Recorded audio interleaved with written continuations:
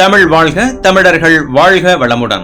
74% இந்திய மாணவர்களின் விசா விண்ணப்பங்களை நிராகரித்த கனடா. கனடாவில் படிக்க விண்ணப்பித்த 74% இந்திய மாணவர்களின் விசா விண்ணப்பங்களை கனடா அரசு நிராகரித்துள்ளது.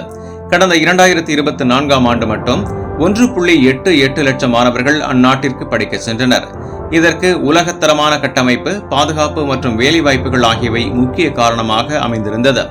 ஆனால் தற்போது அந்நாட்டில் வீடுகள் பற்றாக்குறை, போதிய உள்கட்டமைப்பு வசதி இல்லாதது மற்றும் உள்ளூர் மக்களுக்கு முக்கியத்துவம் அளிக்க வேண்டும் என்ற கோரிக்கை வலுத்து வருகிறது. இதனையடுத்து விசா விதிமுறைகளை அந்நாடு கடுமையாக்கி வருகிறது. இதன் காரணமாக அந்நாட்டுக்கு செல்லும் இந்திய மாணவர்களின் எண்ணிக்கை வெகுவாக குறைந்து வருகிறது.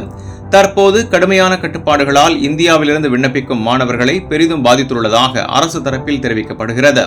கடந்த ஆகஸ்ட் மாதம் இந்திய மாணவர்களின் கல்வி அனுமதி விசா விண்ணப்பங்களில் 74% நிராகரிக்கப்பட்டுள்ளது.